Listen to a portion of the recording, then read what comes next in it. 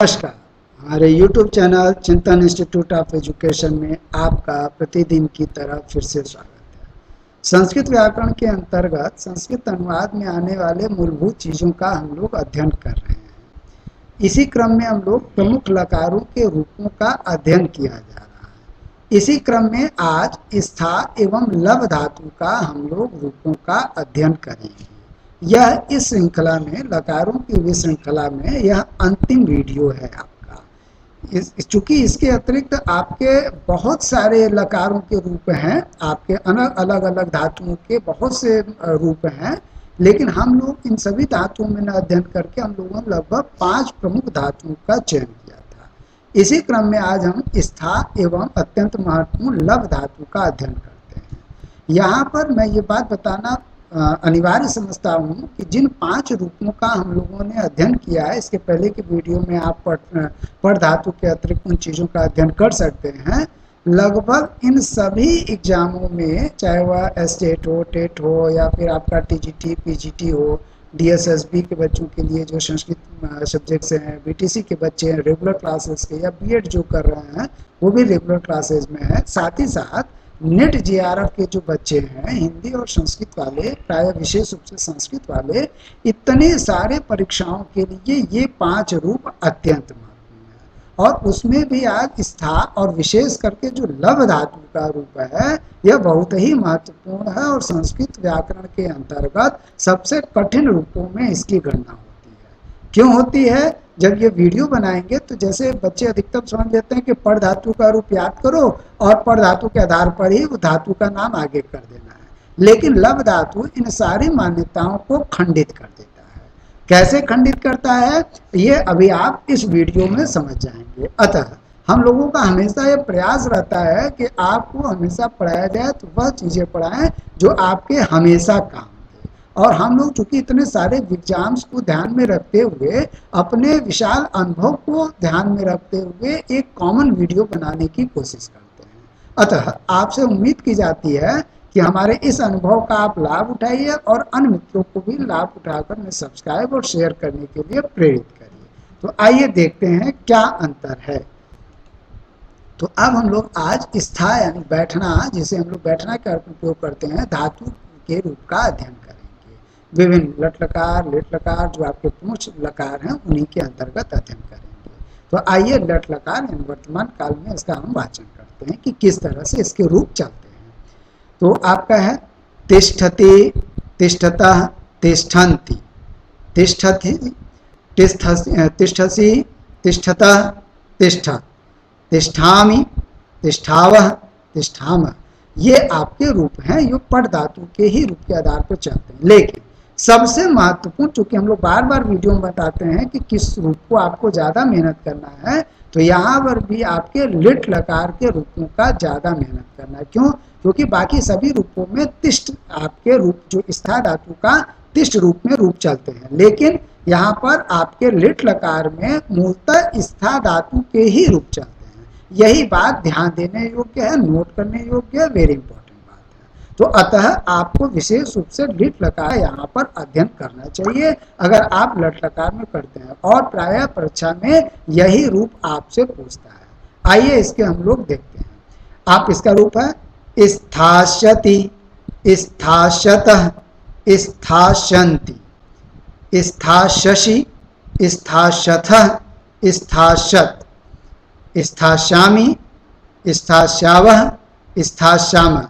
अर्थात यहाँ पर जो तिष्ठ के रूप चलते हैं यहाँ पर आप स्था कर देंगे, और ये बात हमेशा याद रखिएगा। क्यों? क्योंकि अगर स्था धातु का आता है तो प्रायः रूप चेंज होने की वजह से प्रायः लिट लकार के ही रूप पूछे जाते हैं, ये बात ध्यान रखिएगा। आइए अब हम दूसरे रूपों की तरफ चलते हैं। लंग लकार के रूप में, क्योंकि पट धातु की तरह चलते हैं इसके रूप, तो देखते हैं अतिष्ठति, अतिष्ठताम, अतिष्ठ, अतिष्ठ, अतिष्ठतम, अतिष्ठत्, अतिष्ठम, अतिष्ठाव, अतिष्ठा। लोट लकार के रूप किस तरह है? आज्ञा के अर्थ में प्रयोग करते हैं लोट लकार का हम लोग। तिष्ठतु, तिष्ठताम, तिष्ठन्तु, तिष्ठ, तिष्ठताम, तिष्ठत्, तिष्ठानि, तिष्ठाव, तिष्ठा। प्रायः मैंने बताया था कि लोट लकार में भी प्रायः मध्यम पुरुष के एक वचन का रूप पूछा जाता है। क्यों? क्योंकि यही वह रूप होता है जो प्रायः सभी धातुओं के मूल रूप को ही प्रदर्शित करता है। अतः इस पे आप विशेष ध्यान दीजिएगा। यह बात जल्दी कोई वीडियो में नहीं बताई जाती है। आइए अगला है विधिलिंग, चाहिए के अर्थ में। तो चाहिए के अर्थ में रूप कैसे चलते हैं? यहाँ भी आपके पट धातु के ही रूप के आधार पर चलते हैं, जैसे पठेत, पठताम, पठेयु, पठे, पठतम, पठेत, है ना। उसी प्रकार तिष्ठ के रूप चलेंगे। तिष्ठेत, तिष्ठताम, तिष्ठेयुः, तिष्ठे, तिष्ठतम, तिष्ठेत, तिष्ठेयम, तिष्ठेव, तिष्ठेम। तो जैसे पट धातु के रूप चलते हैं, पठेत, पठताम, पठेयु, पठे, पठतम, पठेत, पठेयम, पठेव, पठेम, वैसे ही आपको इस रूप में याद करने में ज्यादा दिक्कत नहीं। लेकिन अब हम जिस धातु की तरफ चल रहे हैं वह है आपका लब धातु, यानी प्राप्त करना के अर्थ में इसको प्रयोग करते हैं, इसके रूपों का अध्ययन। तो यहाँ पर जो रूप चलते हैं, जैसे हम लोग ज्यादातर रूप में लट लकार से लेकर के तमाम लकारों में यह पूर्व मान्यताओं को पूरी तरह से खंडित कर देता है।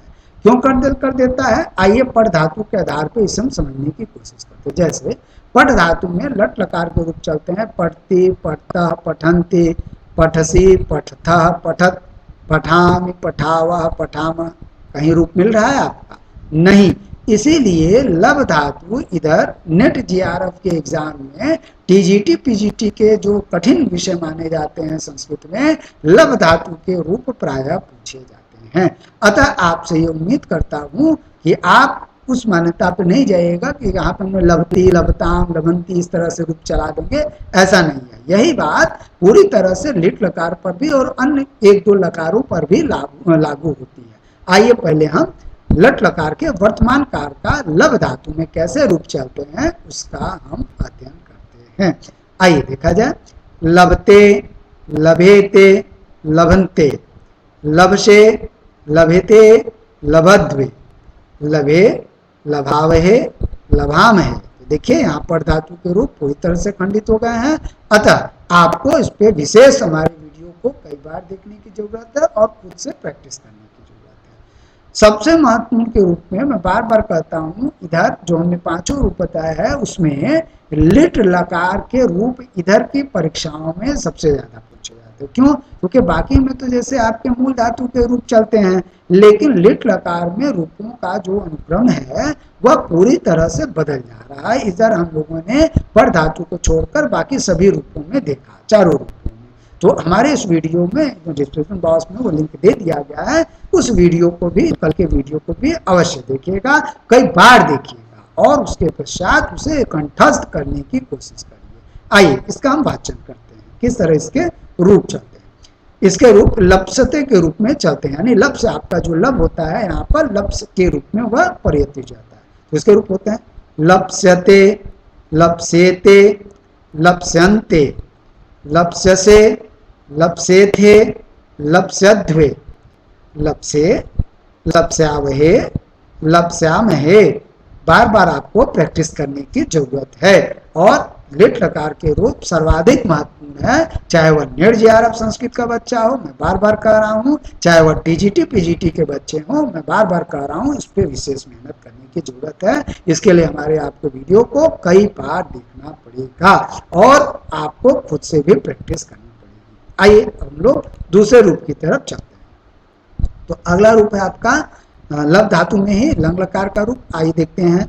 लेकिन यहाँ पर भी क्या है कि पूरी तरह से यहाँ पर वही अनुक्रम पालन नहीं होता है ना। अपटत, अपटताम, अपटन हम लोग यही जानते हैं रूप में, लेकिन देखिए यहाँ पर चेंज हो जा रहा है। अतः यहाँ भी विशेष सावधानी की जरूरत है। आइए देखते हैं।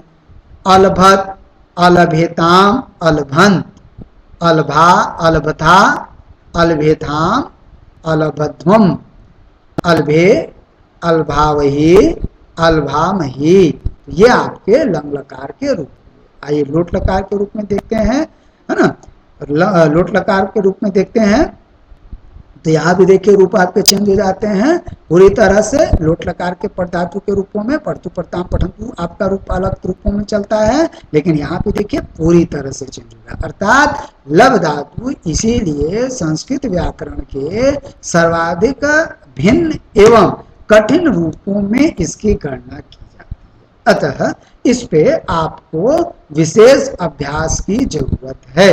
आइए इसके हम लोट लकार के रूप का अध्ययन करते हैं। लभताम, लभेताम, लभंताम, लभस्व, लभेथाम, लभध्वम, लभ, लभावहे, लभामहे, ये आपके लोट लकार के रूप। आइए अब हम लोग इस पूरी सीरीज के विधि लिंग जो कि अंतिम रूप है इसका अध्ययन करते हैं। इसके भी रूप क्या है, यहाँ भी रूप आपके चेंज हो जाते हैं। जैसे पट धातु में जब हम अध्ययन करते हैं तो पट धातु के जो इसके रूप होते हैं कैसे चलते हैं बताइए।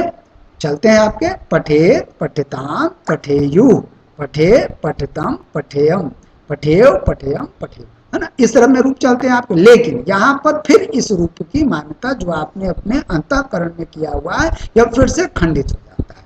आइए इसके रूप देखते हैं। अब ये भिन्न रूप में चलने लगता है ना। कुछ रूप तो भिन्न है आपके। लभेत, लभेताम, लभेरन, लभेथा, लभेथाम, लभेध्वम, लभे, लभेवही, लभेमहि।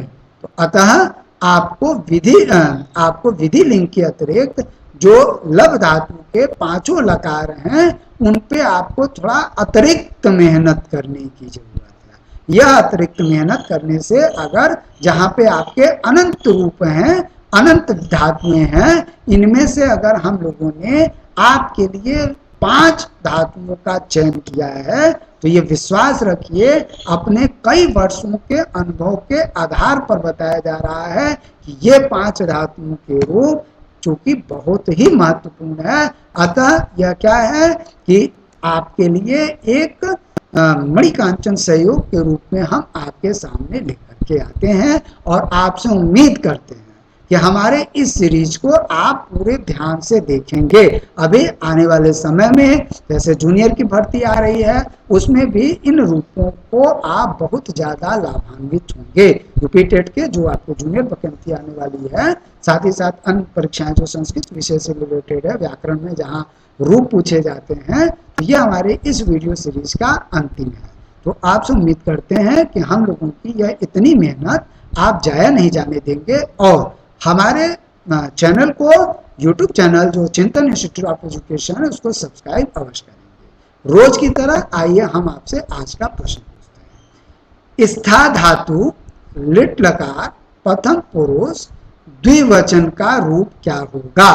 तो आपको जैसे मैं रोज कहता हूं कि वीडियो में आप ध्यान से सुनेंगे, हमारे वाचन को हमारे साथ वाचन करेंगे और तत्पश्चात अपनी स्मरण शक्ति के आधार पर हमारे इस पूछे हुए प्रश्न का आप जवाब देंगे कमेंट बॉक्स में। आपकी जिज्ञासा हमारे को क्या करेगी, हमें आपको बल प्रदान करेगी हमें और अच्छे वीडियो को बनाने के लिए। अतः आज इतना ही। हम आपसे बार बार उम्मीद करते हैं कि हमारे इस प्रयास को सार्थक करिए, हमारे चैनल को सब्सक्राइब अवश्य करिए और अपने मित्रों को भी शेयर करके ज़्यादा से ज़्यादा उन्हें आप कहिए कि वो सब्सक्राइब करें और स्वयं भी लाइक करें और मित्रों से भी लाइक करने को प्रेरित करेंगे। तो आज के वीडियो के लिए इतना ही। कल मिलते हैं हम लोग एक नए वीडियो के साथ। तब तक के लिए धन्यवाद।